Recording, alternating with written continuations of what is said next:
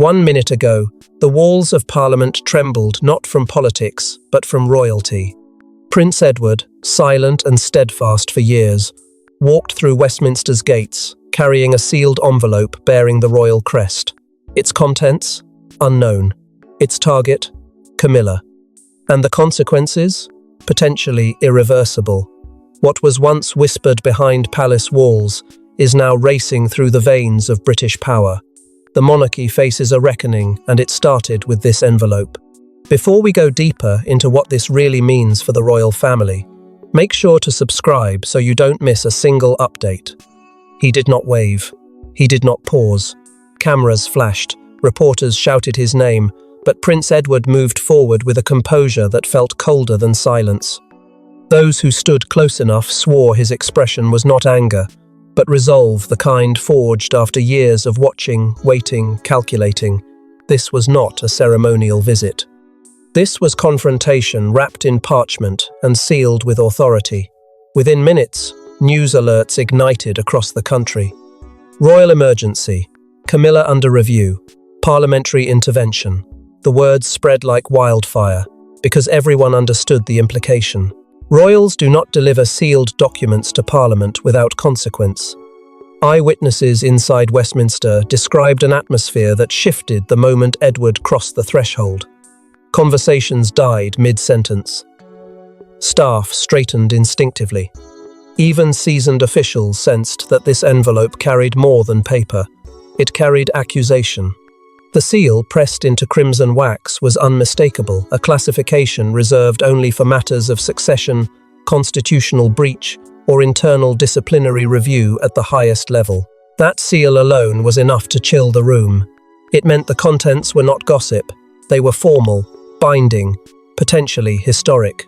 Speculation erupted instantly, and one name hovered above all others: Camilla. For months, whispers had circled about tension within the palace, subtle power shifts, contested influence, private disagreements masked by public unity. But no one expected escalation of this magnitude.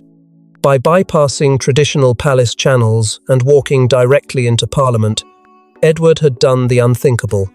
He had stepped outside hierarchy, outside protocol. Outside the quiet containment that usually protects royal conflict from public view.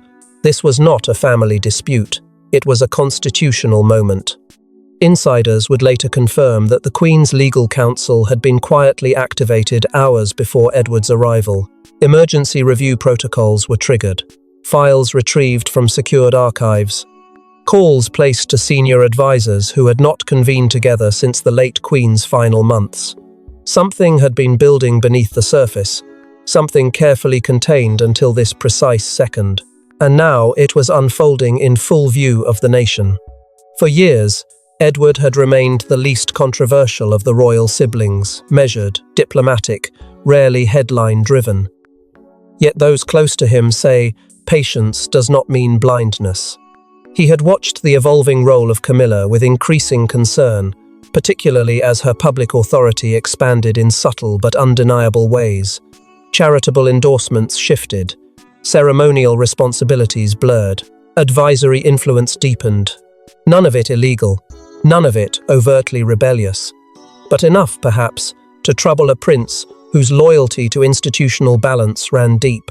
What makes this moment seismic is not simply that a document was delivered, it is who delivered it. Edward has never been impulsive. Every move in his royal life has been deliberate, calculated, restrained. For him to walk into Parliament personally signals something extraordinary, something he believes cannot wait, cannot be softened, cannot be negotiated behind closed doors any longer. And as parliamentary officials carried that sealed envelope into a restricted chamber for preliminary authentication, one truth settled heavily over Westminster. This was no longer rumour. The monarchy itself had initiated a review from within, but Edward's shocking delivery was only the spark. What followed behind palace doors would ignite a battle of legacy, loyalty, and secrets long buried. He was the quiet one, the overlooked royal, the one who never made headlines until now. For years, Prince Edward watched from the shadows as Camilla's influence grew. but silence doesn't mean approval. And now, it appears he's had enough. What drove the youngest son of Queen Elizabeth II to break decades of tradition and confront the crown's most controversial figure? Behind palace walls, Edward was always the steady presence, the brother who avoided drama, chose service over spectacle, and rarely stepped into political tides. But that quiet exterior masked years of quiet resistance. While the world focused on the high-profile struggles between William, Harry, and Charles, Edward was watching something else unfold. He saw how Camilla's position, once delicate and controversial, was evolving into something much more assertive, and he didn't like what he saw. His silence wasn't complicity, it was calculation. And now, after years of observing in quiet restraint, he's decided to act, not with noise, but with a single document that could change everything. Insiders now reveal that Edward's frustrations were far from new. Memos leaked from royal staff speak of tension behind the scenes, unacknowledged vetoes, whispered conflicts, and moments where Edward allegedly blocked Camilla-backed appointments from moving forward in royal charities. While Camilla pushed for wider ceremonial recognition and influence, Edward pushed back discreetly. He did not seek the throne, nor did he crave public validation. What he sought was protection for the crown, for the institution his mother built, and for the legacy that risked being rewritten without consent. And he wasn't alone. Late-night discussions with Princess Anne and Sophie reportedly revolved around one core theme: restoring balance.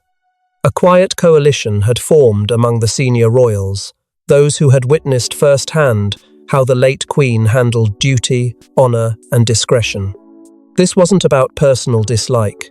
It was about safeguarding a royal blueprint that Camilla, in their eyes, had gradually begun to alter. The rise of Camilla's public profile, the shift in titles, the subtle sidelining of key traditional roles, it didn't happen overnight. But Edward noticed each step, each recalibration, and with every one, the weight of inaction grew heavier on his shoulders. Emotionally, Edward bore the cost of diplomacy. Since his mother's passing, he had watched his place in the hierarchy shrink even further. The king leaned increasingly on Camilla for counsel. Protocols were rewritten, historical roles were diluted. And in private, Edward confided to those closest to him that he feared the crown was drifting away from its roots, away from its people, and most dangerously, away from accountability.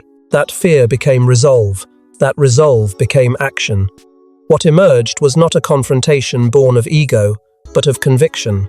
For Edward, this wasn't rebellion, it was rescue. The envelope he carried wasn't a threat, it was a statement that not all royals are willing to remain silent when the fabric of monarchy begins to fray. And he knew the cost. He knew this move would fracture alliances, spark headlines, and bring his name into a storm he had spent decades avoiding.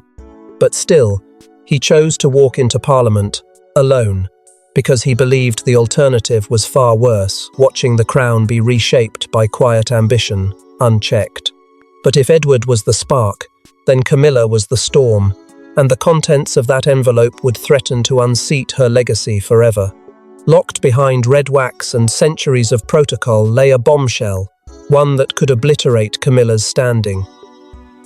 The sealed document wasn't a letter. It was a formal review petition, citing violations of undisclosed royal agreements and referencing sealed addendums from Queen Elizabeth's own archives. If ratified, it could do the unthinkable: strip Camilla of her royal duties. The legal structure of the monarchy is designed to withstand scandals, not dismantle them. But this wasn't scandal. This was constitution. Once opened, the document's markings left no room for ambiguity. It was formatted in accordance with Royal Contingency Protocol B4, a protocol so rare it had only been invoked twice in the past century, and never against someone in Camilla's position. The document bore the insignia of emergency royal procedure, granting it the power not just to advise but to compel. Parliament had no choice but to respond. A formal review was now not just possible, it was required. Within the sealed contents were lines as sharp as knives. The petition accused Camilla of crossing ceremonial boundaries that had been specifically set after Queen Elizabeth's death, boundaries she had agreed to respect.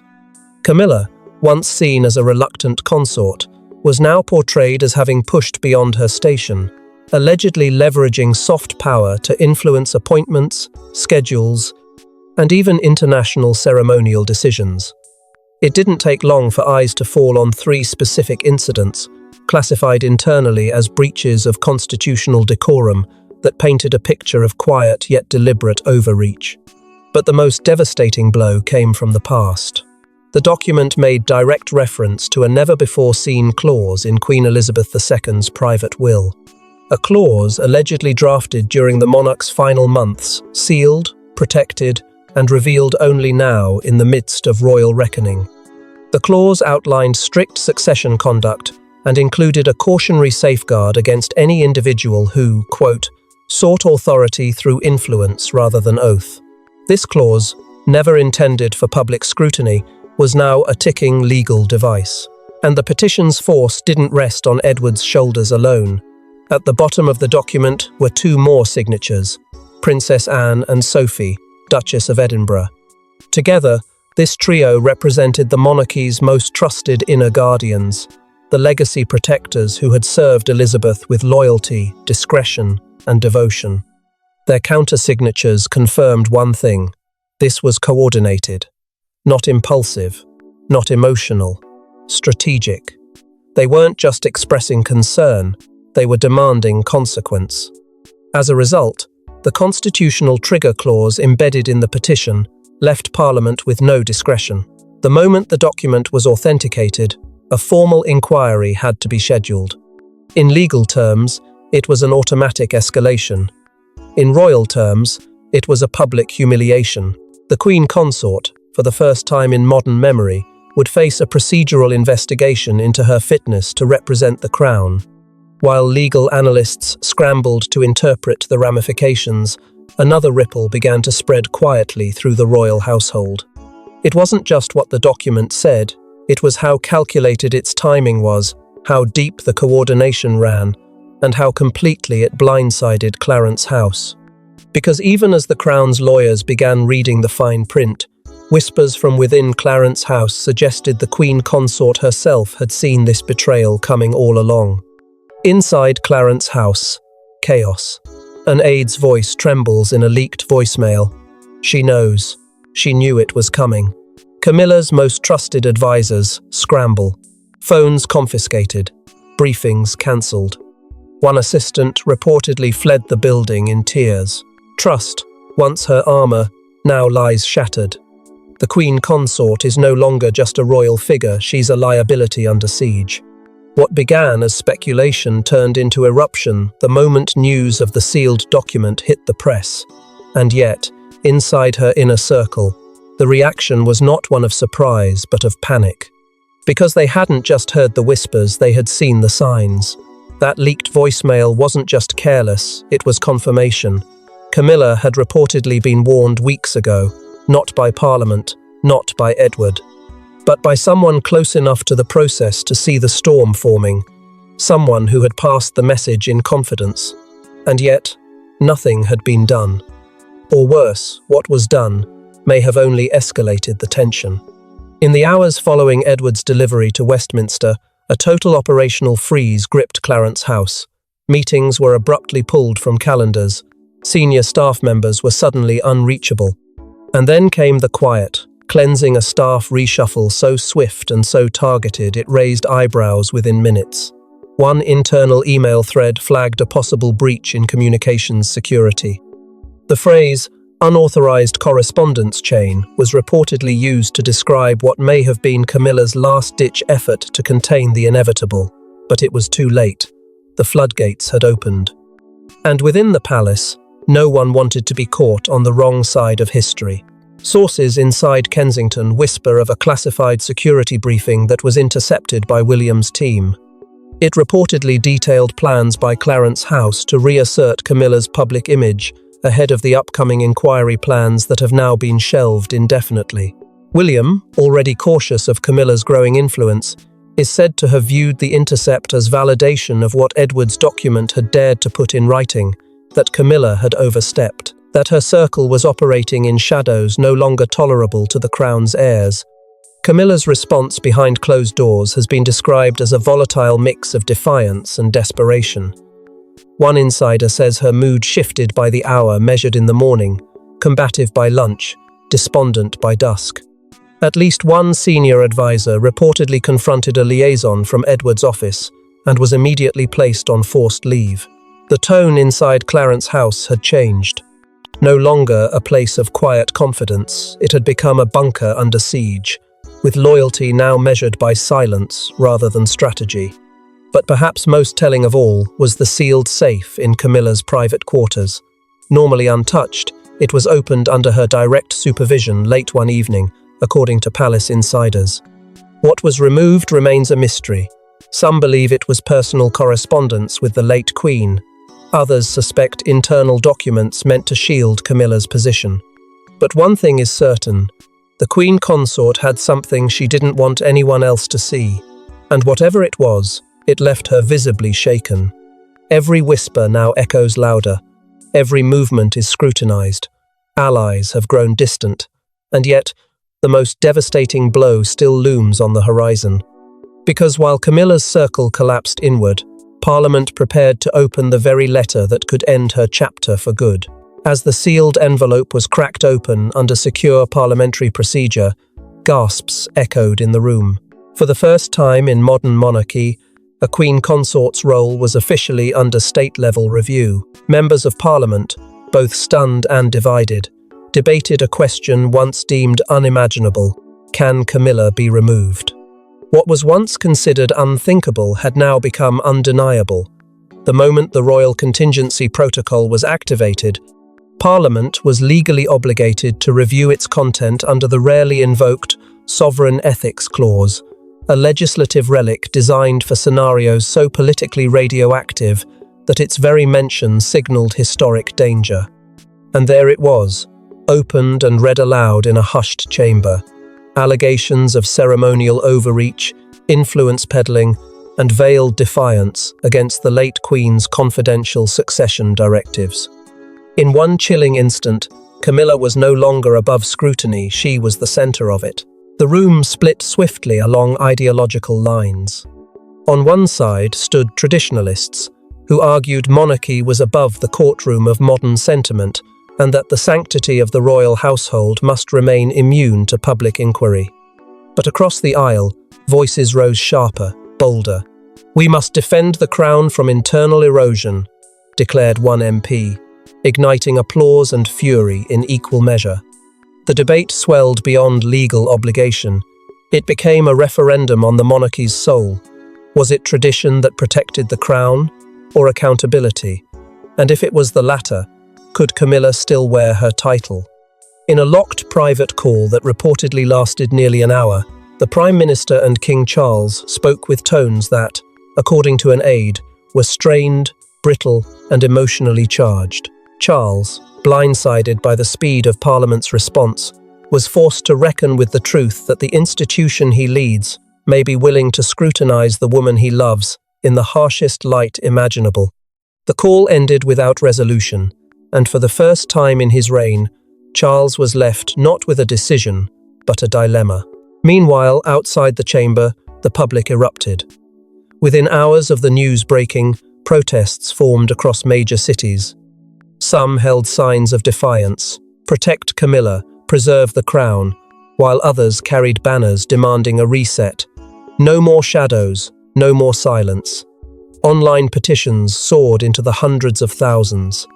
The monarchy, long a symbol of untouchable tradition, was now being debated in cafes, classrooms, and Parliament alike. The question wasn't just about Camilla anymore, it was about who the people wanted at the heart of their national story. Inside the palace, a separate current was already forming.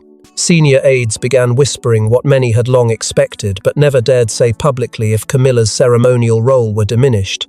Only one figure could step seamlessly into the gap: Princess Catherine.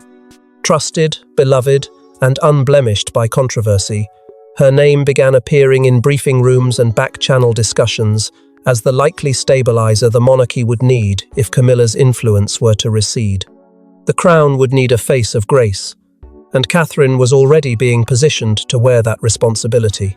But while Parliament roared and crowds swelled, the eye of the storm sat within the palace gates.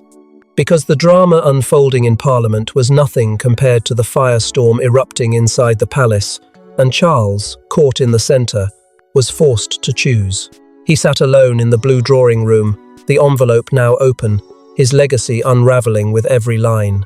King Charles, once torn between love and duty, is now a monarch at war with his past. What happens when the man who defended Camilla for decades is forced to confront the possibility that she may have betrayed the very institution he swore to uphold? For 12 hours, the king vanished from view.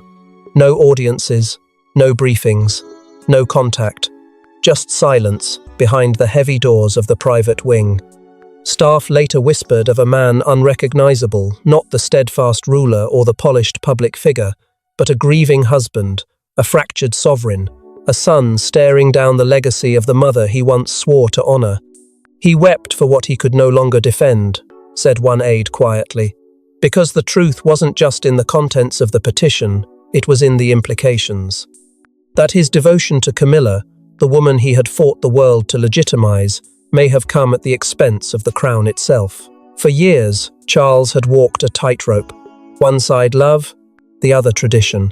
He believed he could hold both. He believed that by standing by Camilla through scrutiny, controversy, and coronation, he was charting a more human monarchy. But now, with legal inquiry, parliamentary debate, and public backlash circling him like vultures, that tightrope had snapped. The king was left suspended in a storm of consequence, with no easy way forward and no honourable way back. The man who once reshaped public opinion to accept Camilla was now questioning the very foundation of that choice. It was William who broke the silence. A brief private audience was held, no advisors, no press, just father and son. But whatever was said behind closed doors, it did not bring peace. Sources close to the palace described the meeting as tense, even cold. William, now the visible face of royal stability, is said to have urged decisive action. But Charles, torn between a wife he once fought for and a kingdom he was born to serve, found himself paralyzed by heartbreak and fear.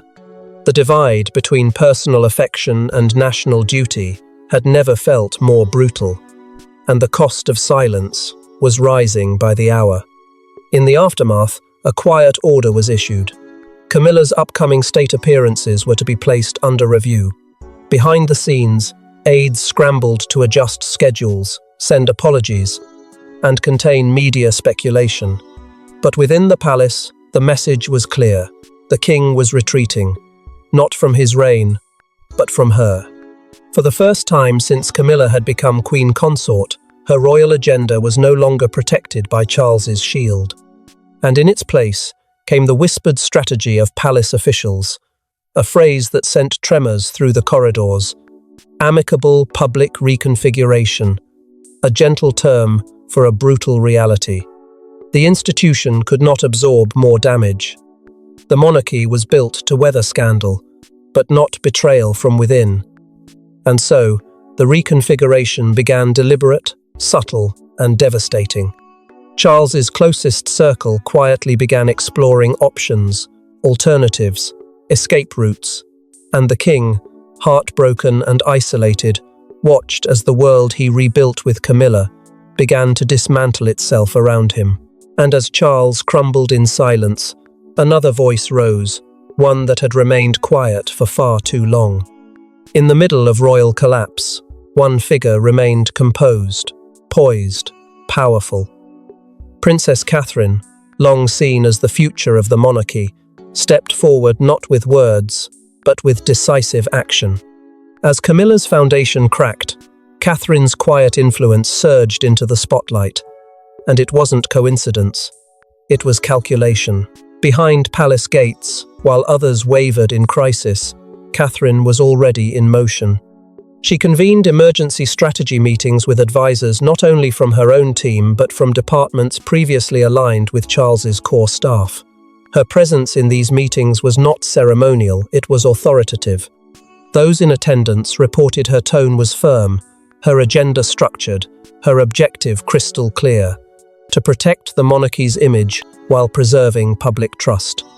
In a time of uncertainty, she didn't ask for direction, she gave it. When others were paralyzed by scandal, she became the monarchy's anchor. It wasn't long before whispers became documentation. A leaked internal memo revealed something palace insiders had suspected, but never confirmed. Catherine's name was formally listed under a highly classified heading. Succession Preparedness Team, a team typically reserved for moments of sudden constitutional transition, national crisis, or leadership restructuring. The inclusion of her name was no accident. It was a signal, a message to those within the inner sanctum that if Camilla's role continued to collapse, the next structure was already being quietly built, and Catherine was at the center of it. Sources say she also advised King Charles directly during his most vulnerable hours, proposing alternative ceremonial configurations that would reduce Camilla's public exposure while maintaining institutional dignity. These weren't cold maneuvers, they were strategic acts of survival. Catherine understood what many in the royal household were only beginning to realize: the monarchy could not withstand another wave of public betrayal. And if it had any hope of recovery, it would need a figure the nation still trusted, someone who embodied continuity, not controversy. Palace staff began referring to her in hushed tones as the stabilizing figure in a whirlwind. Amid the disarray, Catherine projected calm. She didn't need to issue statements. Her presence alone shifted the energy. Her team remained disciplined, her agenda focused. And as the media pivoted from scandal to speculation, her name began trending, not in outrage, but in praise. The people weren't calling for her removal. They were asking what might come if she were to step further into power. That quiet rise didn't go unnoticed. Former supporters of Camilla, now unsure and politically exposed, started aligning themselves with Catherine's office. Endorsements subtly shifted. Public engagement requests multiplied. She was no longer simply the Duchess of Cambridge or the Princess of Wales. She was becoming the monarchy's unofficial compass. And the longer Camilla remained under review, the clearer it became that the institution's survival might very well depend on Catherine's ascent. What began as a temporary leadership response was quickly evolving into a prelude, a foreshadowing of something larger, something permanent. The monarchy was being reshaped in real time, not by decree, but by presence. And in the void left by Camilla's spiraling downfall, Catherine's influence didn't just grow, it crystallized. But before the dust could settle, Prince Edward had one final move, one that would turn the crisis into a full-blown reckoning. Just as Parliament believed the storm had passed, Edward returned with another envelope. This time, it wasn't sealed. It was signed by 3 senior royals. And inside was something that would send shockwaves not just through the monarchy, but across the world. Camilla's role wasn't just under review, it had already been rewritten. The room fell into a stunned hush as Edward laid the document on the table. Unlike the first, this wasn't a petition or a plea for inquiry. This was a declaration. The signatures were unmistakable. Prince Edward, Princess Anne, and the Duchess of Edinburgh, Sophie.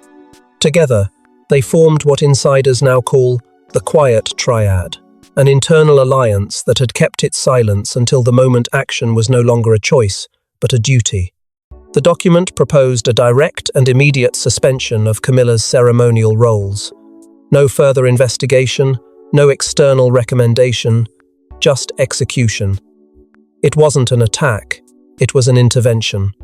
The trio invoked an obscure but potent clause, known as the Privy Privilege Doctrine, a mechanism buried deep within royal constitutional code that grants select royals the ability to recommend emergency role adjustments in times of perceived institutional jeopardy. The clause had rarely been activated in modern times, and never for a reigning queen consort. But the gravity of the moment, paired with the collapse of public trust, gave the signatories all the legal footing they needed. This wasn't a suggestion, It was a structural pivot, and Camilla had just been moved from central pillar to ceremonial shadow. Perhaps most damning was the revelation that Charles had known about the document, not just in passing, but in full. Sources say he had been presented with a draft version 2 weeks prior but refused to act, hoping the Parliament inquiry would fizzle or stall. He gambled on silence. He lost. And, in losing, he allowed others to take control of the narrative. This second document was the monarchy's way of correcting the course he had failed to steer, and in doing so, it cemented Catherine's place in a future now being written without Camilla at its centre. Included within the proposal was the recommendation to formally elevate Catherine's ceremonial presence not as a direct replacement, but as the principal royal for public-facing Commonwealth affairs. The shift was subtle but unmistakable. With Camilla's public trust eroded, the institution needed a new face. And it wasn't just about optics, it was about survival. Catherine had been the fallback plan, now she was the foundation. Camilla, upon learning of the maneuver, reportedly locked herself away for hours. Sources close to Clarence House say she was emotionally broken, blindsided not by Parliament, but by those she believed would never turn against her.